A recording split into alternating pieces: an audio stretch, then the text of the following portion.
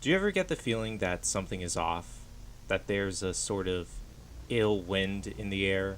And despite trying your best to maintain yourself and make sense of things, it just doesn't click? How is it that one day you have the world in the palm of your hands only to have it unravel little by little? And by the time you realize you were in over your head, whether out of ignorance or plain stupidity, you find yourself in a never ending nightmare. Perhaps you weren't in control from the start. Hello, everyone. My name is Valentino, but you can call me Val. And when I'm not covering creepypastas or other sectors of internet horror, I like talking about movies. And since spooky season is approaching fast, I thought it would be a great time to talk about one of my favorite horror films of all time, Audition.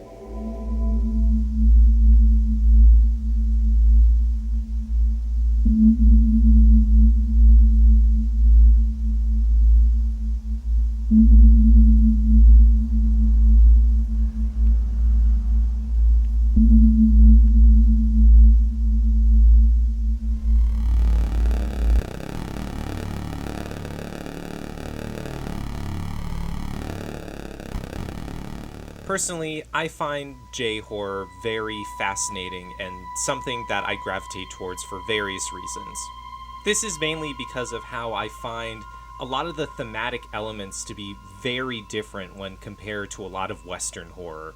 A lot of J-horror can feel very expressive, not just in creating a gory spectacle, but also in its personality.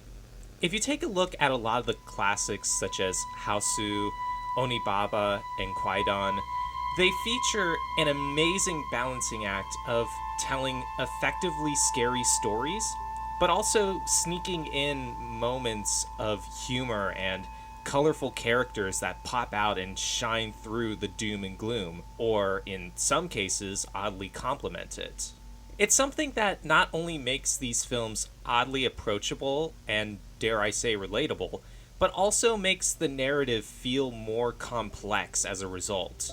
This is something that I feel like a lot of contemporary Western horror is lacking, and this is no more prevalent than in the Western remakes of J-horror classics.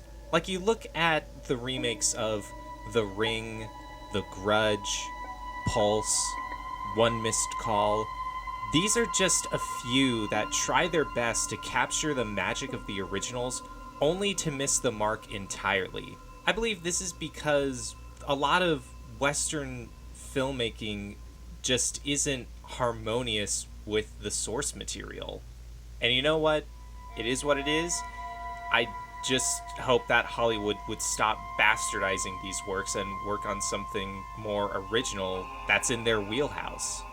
Anyway, getting back on track, the variety of works that came from J-horror are incredibly influential and showcase so much range as to what the genre of horror as a whole is capable of.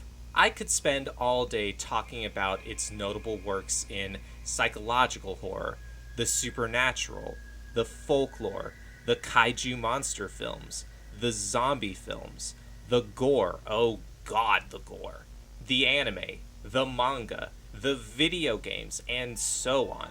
Just so much to show off that it seems downright unfair. One notable figure that came out of the J-horror craze is controversial director Takashi Miike. He first started his career making direct-to-video releases, which he still works with intermittently due to the creative freedom that comes with it, mainly because direct-to-video releases often result in less censorship and a greater risk of riskier content being allowed by producers. But Miike would soon go on to directing over 100 feature films.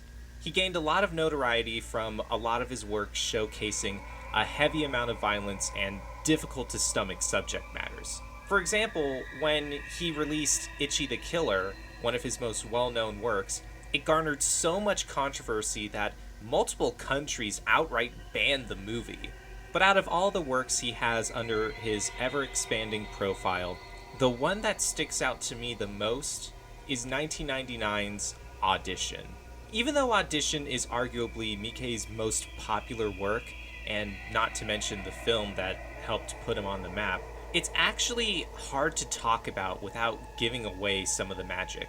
In my opinion, it's something that the less you know about it, the better, but if I had to give a quick overview, the film follows a middle-aged widower who sets up a fake audition in order to find his future wife. But once he chooses a rather mysterious woman, he soon realizes that he's in more than what he bargained for when her dark past resurfaces. Sounds straightforward, right? Wrong. This is one of the most emotionally dense and deceptive works of horror out there. While works like Itchy the Killer and Visitor Q wore their depravity on their sleeves, Audition is much more subtextual and doesn't show its hand right away. It has a genius sense of progression where, even if you know some of its twists and turns, the way it slowly drags you in is torturous.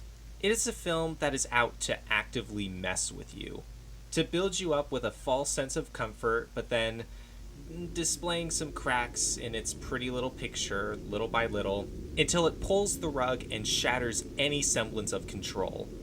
The film is divided into 3 acts, with each one becoming darker than the next.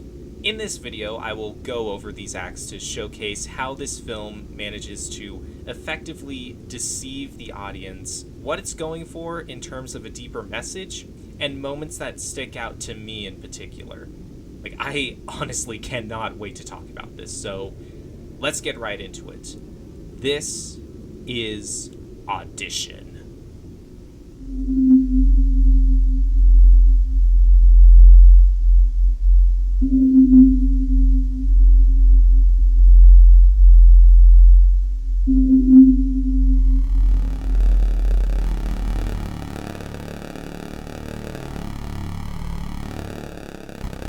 The film opens up with a kid walking through the hospital with a diorama that he made for his sick mom. The father, our main character, is already with her, holding her hand in her final moments before she dies, looking out the window.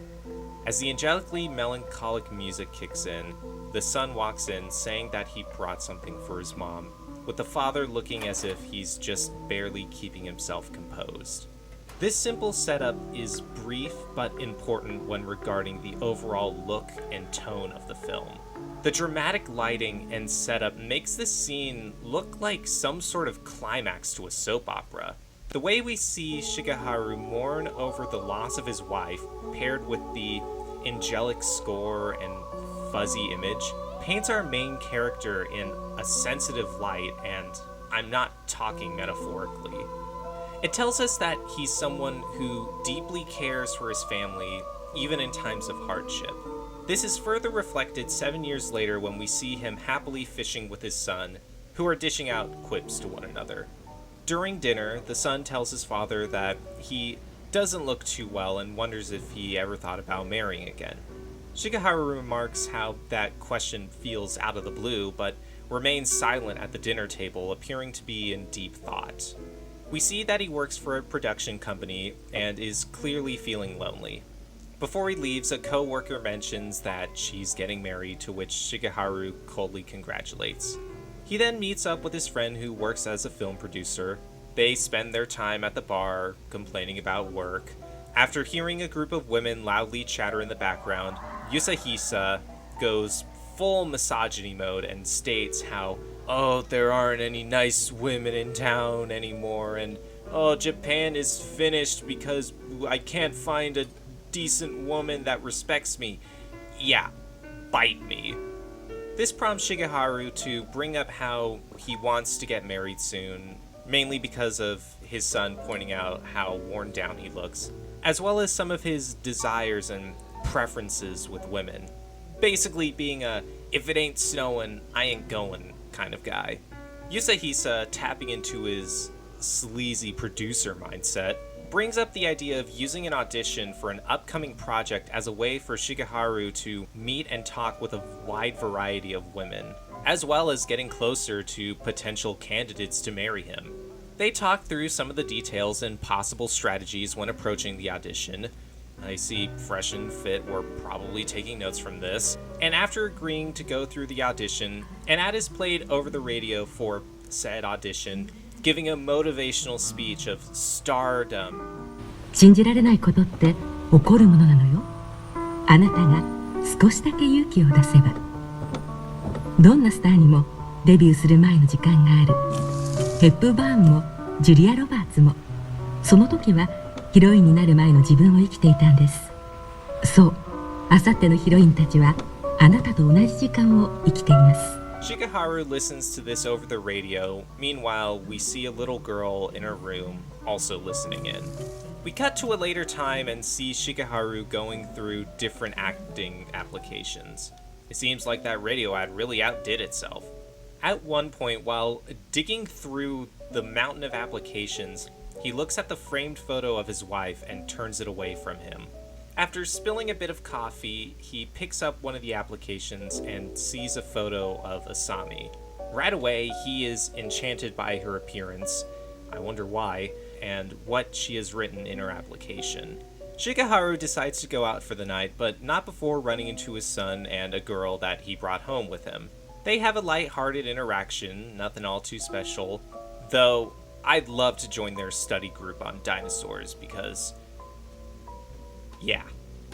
We get a montage of the audition where a variety of women are brought in and asked different questions, as well as showing off some talents they have, all while some quirky, comedically toned music plays. Throughout the audition, Yusahisa asks a lot of weird questions that don't seem appropriate at all. 好きでもない男に抱かれたことあります？ドラッグに興味はないですか？何か印象深い役とかある？風俗で働こうと思ったことありますか？友達にはしている。Just fully enjoying the moment like the degenerate he is. Meanwhile, Shigeharu stays silent and only really cares about talking with Asami. Eventually, she enters and gives off the feeling of being very timid and introverted. She's given fairly simple questions, talking about her experience, her agency, but for the first time all day, Shigeharu speaks up.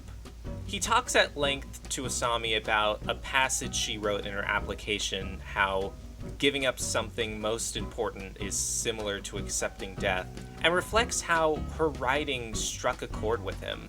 生きてれば崩れてしまうことがあって、どんなにあがいてもそれを受け入れるしかない。それが生きてるってことであって、つまりあなたのような若い女性がそれをきちんと分かってるってことが驚きで、この人はこれまでもそして今も真剣に生きてんだなってそう思ったわけです。はい。She thanks him, and the audition ends just like that. After that ordeal, Yusahisa makes a comment on how surprised he was to see his friend talk to her like that, but also says, I don't know about her, bro. There's something about her that's making me anxious.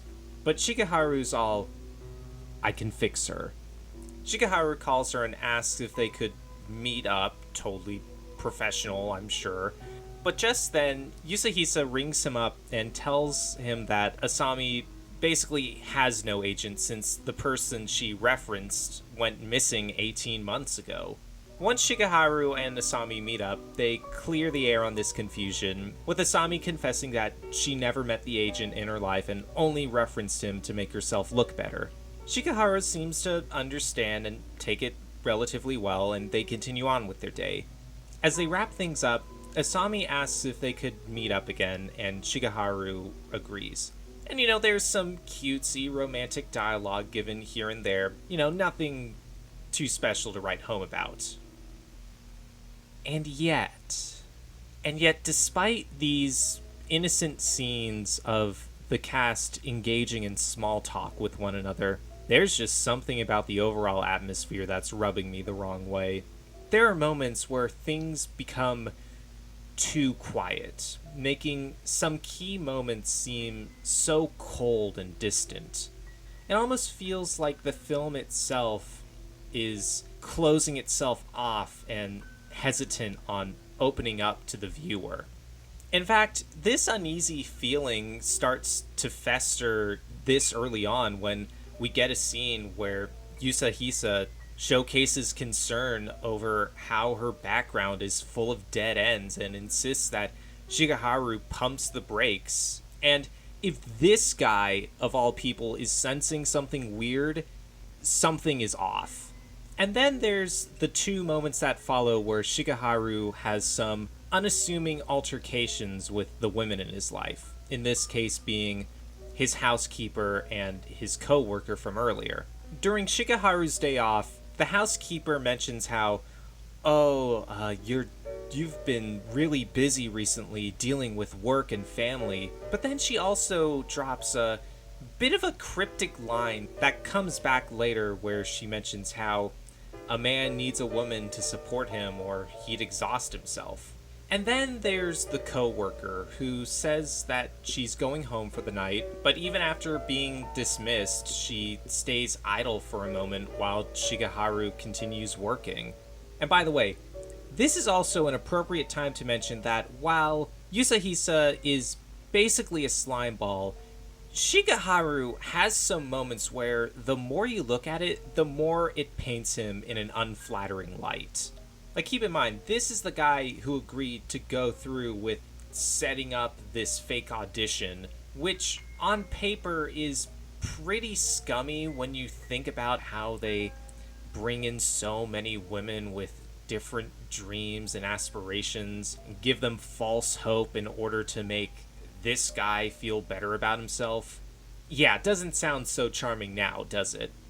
And this thought alone feels almost like a shot at a lot of rom-coms, specifically those that have a very questionable plot synopsis, but paints the whole thing as, like, being romantic. And while this does kind of feed into that toxic mindset, it at least has enough self-awareness to back it up, with some moments feeling like a downright satire. So what I'm saying is, let it cook. But we don't really get to see our first major red flag until moments later during a late night at the office.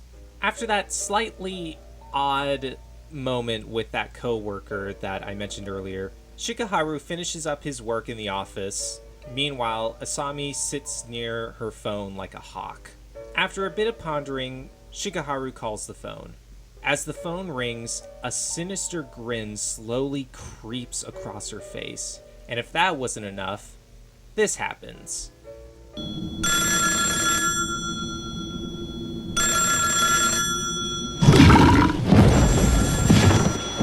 This exact scene is where we catch a true glimpse as to what Audition is really about. If what happened earlier acted as moments where I'm like, oh, okay, that's a little strange, maybe it's just me being paranoid.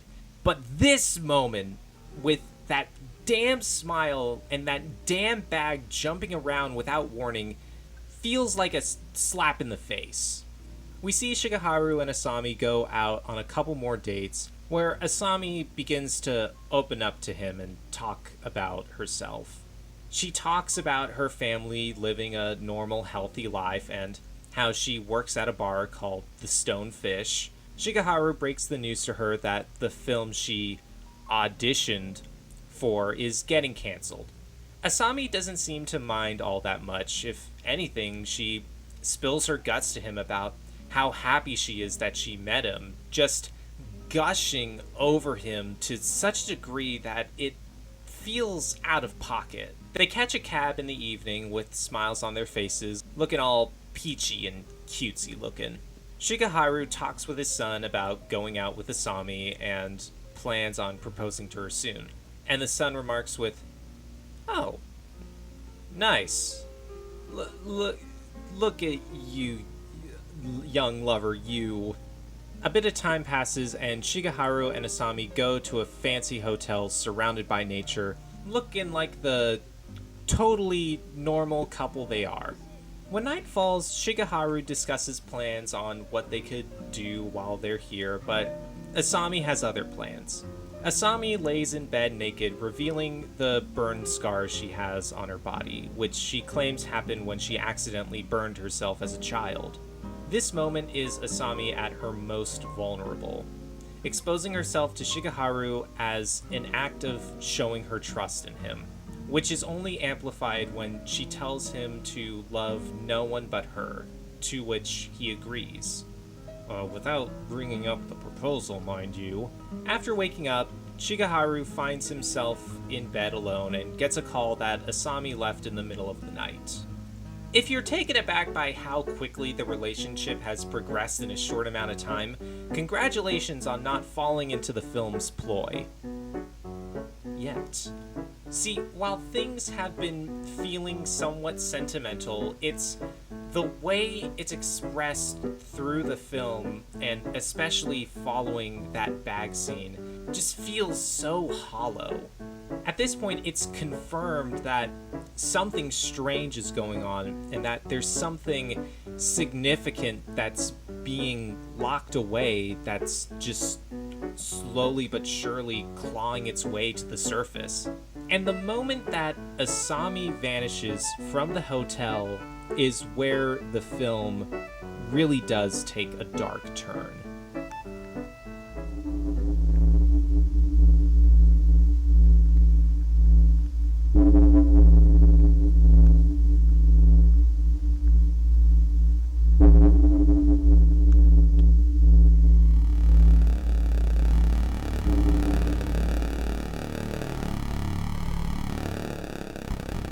Shigeharu returns to work and tells Yusahisa about what happened. They're obviously confused about the whole situation, and it doesn't help that Asami's application is full of dead ends, leaving them no way to contact her. Yusahisa's all like, you should just forget about her, but Shigeharu's like, I said I can fix her. And then Yusahisa's like, you're a fucking idiot that got grifted, and Shigeharu goes, the fuck you say to me, you little shit? So after revisiting Asami's application again, Shigeharu stops by the ballet studio that she trained at for 12 years. The place looks abandoned and boarded up, yet the sound of a piano can be heard inside. Inside is a man sitting in a wheelchair playing the piano, a small fire next to him. Shigeharu asks the man if he knows where Asami could be, but the man only responds with weird questions asking about her.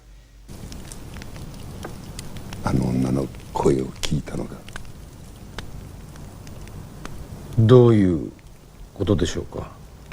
あの女の体に触ったのか。その腕で抱いたのか。どうだった？よかったか。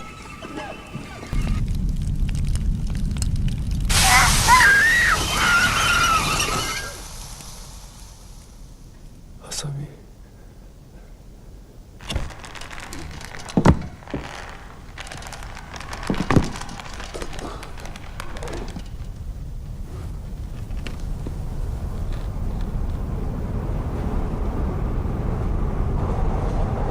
帰ってくれ。That was weird. While that altercation alone was enough to put him on edge, Shigeharu stops by the club that Asami mentioned she worked at for a while, the Stonefish. After wandering through the claustrophobic hallways, he finds the club, but before he could enter, a stranger stops him, telling him that the place was abandoned over a year ago. This is because the owner was brutally dismembered, and while searching the crime scene, police found an extra tongue, ear, and fingers alongside the body. When asked about Asami, the stranger says he doesn't recall anyone of that name working there. One little change that really hammers home the film's nightmarish progression is the increase in Dutch angles and saturated colors. And if that wasn't enough, Shigeharu starts having a hallucination of the body parts on the floor. Back home, we see the housekeeper prepare food for the dog and leave shortly afterwards. Once she leaves the house, we cut to a POV shot of Asami breaking into the house, going into Shigeharu's room, and notice the framed photo of his deceased wife. After quickly alluding to Asami messing with Shigeharu's drink, the dog wanders to the living room and we get a diabolical fade to nighttime. 重彦です。今日は友達ん家に泊まるんで帰りません。余計なお世話だけど飯ぐらい食った方がいいぞ。ヨーグルトがあるからもし食えたら食って。 Shigeharu arrives home, hearing the voicemail of his son saying how he's staying at a friend's place tonight, and to feed the dog once he comes out of hiding. Shigeharu sits down, looking worn out, and fixes himself a drink. But then he starts feeling strange. He begins to show signs of drowsiness, as well as some difficulty with controlling his movement. He starts to get up, but not before falling back to the floor. ごめん。それで元気だった。 And then he wakes up. This is where things start to really get weird, so strap yourselves in, we're in this together. We return back to the pair's second date, but this time, the conversation is different than earlier, focusing more on the injuries and trauma Asami suffered through. She talks about how different members of her family were either psychologically or emotionally abusive to her since she was young, and how ballet gave her a reason to keep living as it helped calm and purify her ugly feelings. Asami apologizes for telling Shigeharu this, but he is too busy to notice as he calls her wonderful and how he was looking for a woman like her. The situation sours even further when his deceased wife appears, alongside a younger version of his son and his friend from earlier. Ryoko tells her husband not to marry Asami, before the scene suddenly shifts to Asami's place. She begins to I can't talk. She begins to pleasure Shigeharu, but then morphs into the co-worker from earlier, who laments about sleeping with him once and feeling foolish for thinking it was going anywhere. She then changes back to Asami, then to his son's friend. Shigeharu makes a run for it, but then trips over the bag. It's revealed that the bag contains a filthy man who is missing both feet, a tongue, an ear, and 3 fingers from one hand. In the other room, Asami vomits into a bowl and serves it to the man, who happily slurps it up. Asami turns into a little kid, petting the man as he continues eating from the putrid bowl. The guy at the dance studio from earlier, who I'll now be referring to as Mr. Shimada, appears yet again and burns Asami, this time as an adult. The scene shifts once more to the dance studio, this time drenched in a gloomy blue light. Asami walks over and wraps a wire saw around his neck, slicing away at it ever so slightly. We see some brief glimpses of some of Shigeharu's past sexual encounters, specifically with the housekeeper, as the different realities and set pieces seem to collapse on one another until Mr. Shimada gets decapitated. And then... Snap back to reality! Now, there's a lot to unpack here, so let's take things one step at a time. First off, this completely recontextualizes Shigeharu's character up to this point. Earlier in the first act, he was seen as an awkward man who deep down cared for others, even if some of his actions are shady. But looking at how different the scenes of him and Asami talking at the restaurant are, I'm convinced that what was shown in the first act up until Asami vanishes is from Shigeharu's warped perspective. And looking back on what was shown earlier with this newfound revelation makes things a lot ickier.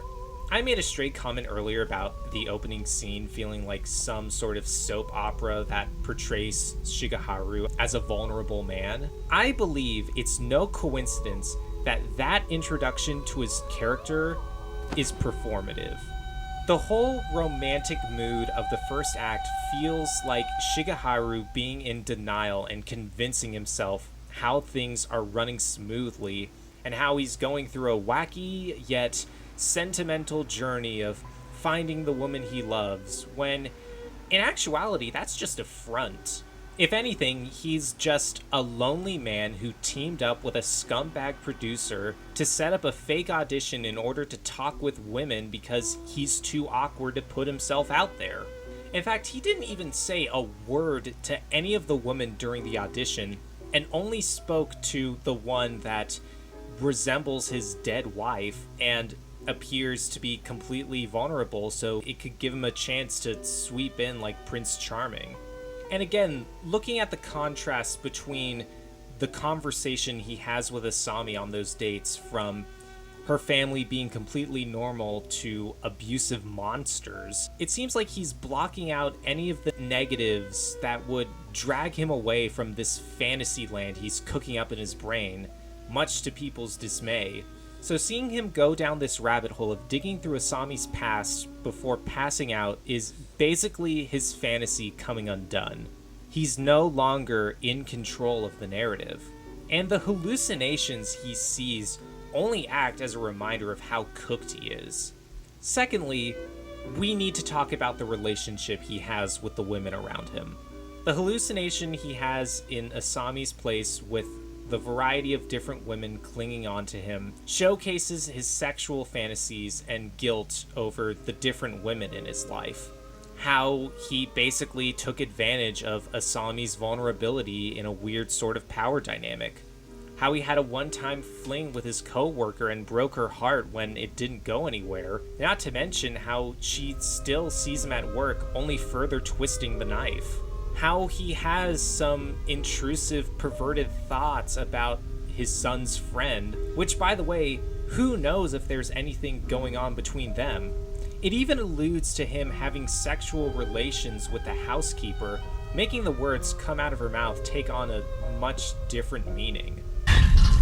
男はやっぱり女が支えてやらないとくたびれてしまうんだから。 And finally, there are the consequences of his actions.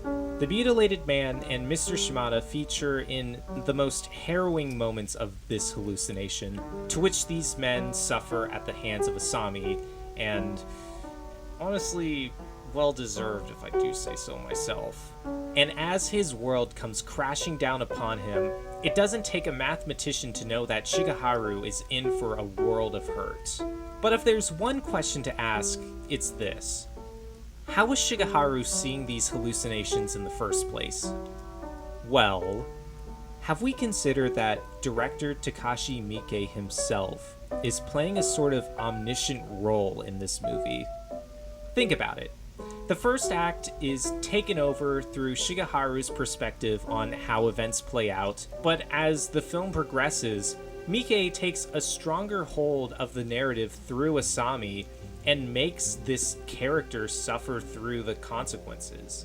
The whole hallucination sequence feels like Miike playing God and forcing Shigeharu and the audience to look at the ugly underbelly of this character's thoughts and the world that they inhabit in. When I was talking about the progression of the story and how it's saying something deeper, this is what I mean. When this film is sadistically breaking down Shigeharu's fantasy, it's also holding up a mirror to the viewer. It feels very confrontational and, at its best, can have the viewer not only question everything that's presented to them, but also question themselves with how they're perceiving what's shown to them.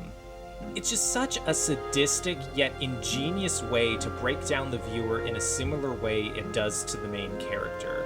And Miike does not hold back on what happens next. 'Cause this is where the fun begins.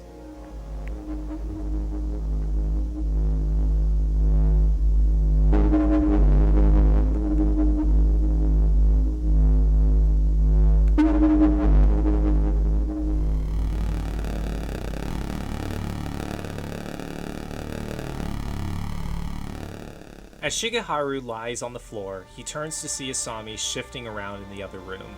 As she enters, we see that the dog has been killed. And sure, while that image of the dead dog is straight up heartbreaking, let's be honest, it probably got off easier knowing what happens next. Shigeharu struggles to call out to her as she prepares her instruments of torture. Asami tells him that he's now paralyzed but is also very sensitive to pain as a result. She then makes some preparations by injecting some more of that paralysis juice, or whatever you call it, and places a tarp on the floor to lay Shigeharu on top. As she starts snipping off his clothes, she makes a remark on how he views the women he called for the audition. オーディションで女の子をたくさん集めて、それで落として、後で連絡してきて、結局セックスしたいだけ。みんな同じ。Asami takes a bunch of acupuncture needles and starts slowly inserting needles into his abdomen. Every time she sticks a needle into him, she playfully whispers, "Kitty, kitty, kitty, kitty," as Shigeharu's body lurches in pain. That impression was so terrible. After basically annihilating his stomach with needles, she scoots forward over them and starts sticking some more underneath his eyes.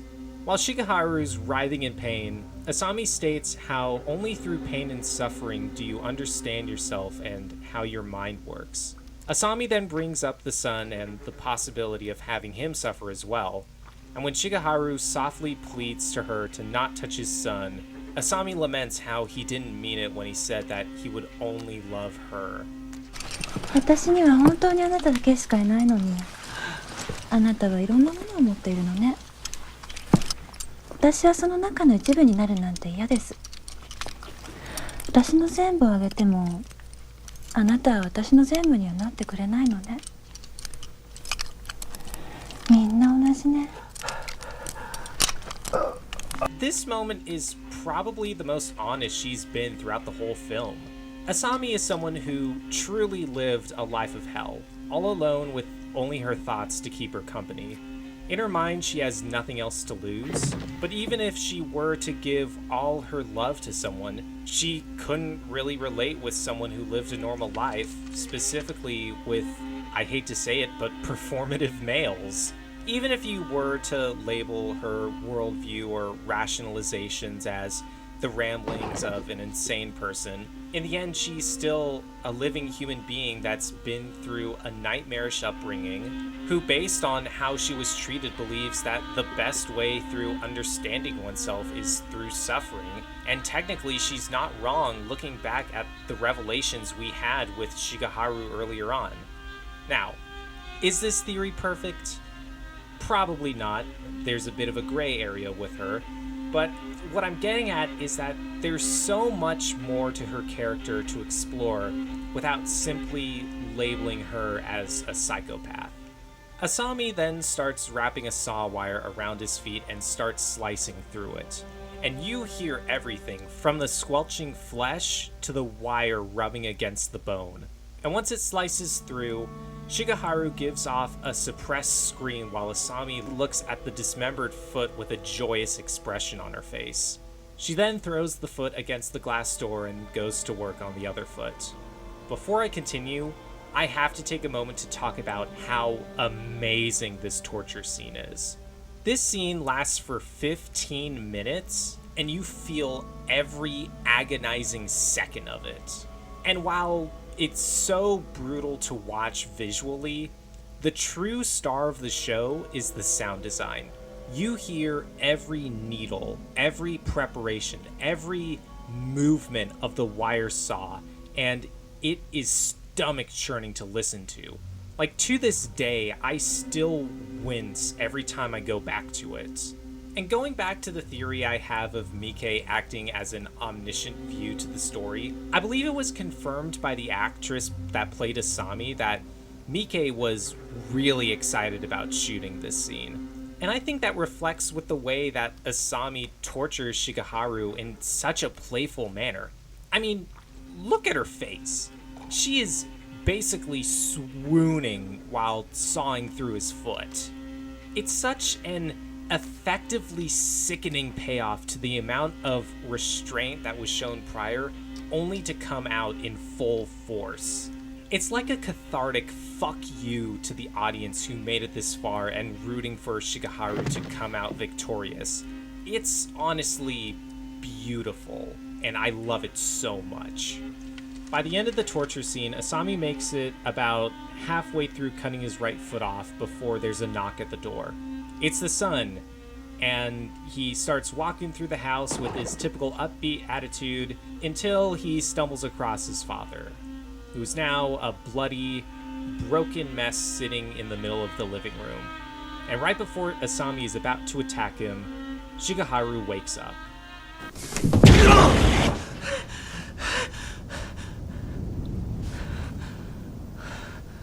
He's back in the hotel with Asami sleeping next to him. He goes to the restroom to catch a breather, convinced that everything that happened earlier was all some kind of nightmare.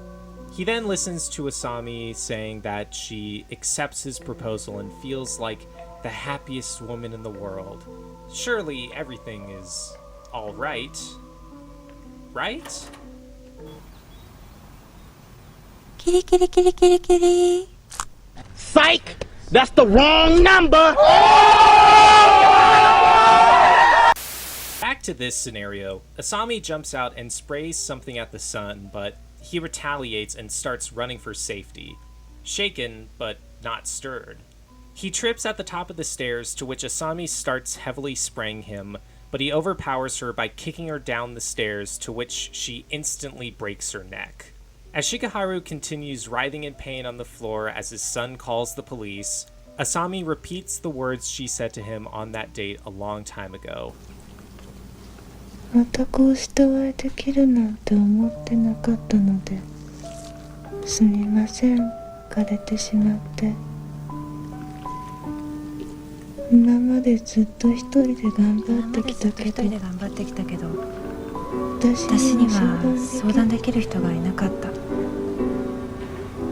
近寄ってくる人はいました。でもこんなに青山さんみたいに温かくて私の気持ちを包んで分かってくれる人に会ったのは初めてです。The last thing we see before the film ends is Shigeharu repeating his response to those same lines. 乗り越えるのは辛いけどでもきっと生きててよかったっていう時がまた必ず来るよだからみんな生きてんだから And what appears to be a young Asami putting on her ballet shoes. The end. So, what was all that about? What's up with that false awakening Shigeharu had? And what was the film trying to go for with those final moments? For me, everything that happens after the torture scene acts as the film rubbing salt in the wounds. That dream Shigeharu has acts like a sort of manifestation of one's mind convincing itself that this horrible situation is just a nightmare and that surely everything is all right. Like in moments in films where someone's so scared that they tell themselves to wake up. Just gotta wake up. You're dreaming, just gotta wake up. Come on. You're okay. Just wake up. Wake up. Come. But it's this kind of unorthodox approach to the narrative that feels fresh and jarring, with the goal to throw the audience in a spin. And I really like narrative choices like this that keeps the viewer on its toes and not allowing them the time to rest. It also feels ironic that Asami's plan falls apart the moment the sun comes in and doesn't fall effect to what I assume is some sort of paralysis agent that's sprayed at him. And I feel like Asami's death just shows that no one is safe or truly in control of the narrative. Or perhaps Shigeharu's mind just snapped as Asami repeats something she said earlier in the film. Though it could be seen as a desperate attempt for Shigeharu to find some sort of silver lining to this scenario, getting lost in his head again. And that final shot of Asami is very interesting as well, as that calls back to way earlier in the film where that same little girl was listening to the radio ad for the audition. And even if her head wasn't in the right place, The thought of Asami struggling alone in a hostile environment, hearing an ad that gives her hope and a chance for a brighter future, much like many other women like her, and despite her doing her best to appease the man that orchestrated it, she knows deep down that it's all just a sham. And after resorting back to violence as a form of expression or release, something all too familiar for her, she couldn't even have that and ended up dying because of it. Is it problematic for me to feel sympathy for someone who dismembers her victims? Perhaps, but something I have to admit is that they did her dirty. But hopefully, through death, she's in a better place. Or at least I pray she is.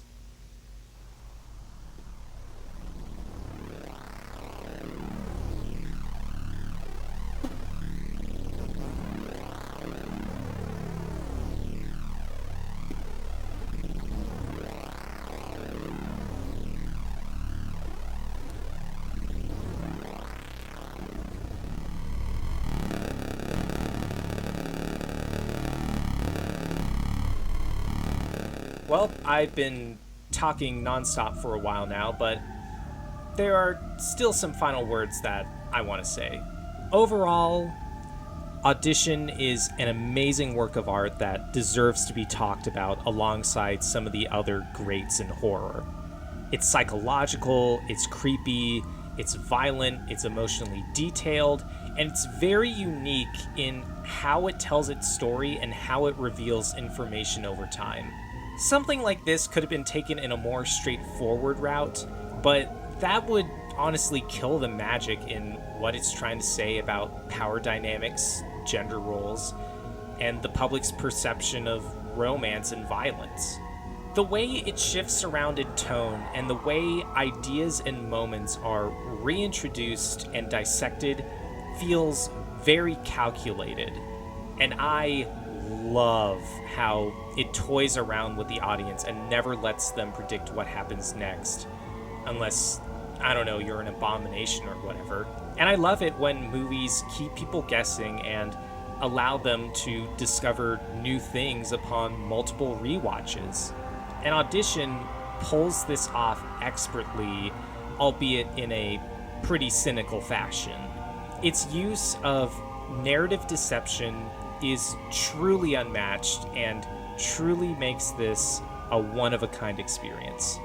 And to think that the director would go on to make the live-action Ace Attorney film. So I think that's an appropriate time to end things. Thank you for watching this video. If you've made it this far and enjoyed it, make sure to like and subscribe. I have some other videos where I talk about creepypastas and other films, so definitely check those out. I also just started a Discord, so definitely consider joining if you want to see some exclusive content and chat with me as well. Thanks again for watching. My name is Valentino, and I am out of here. Bye!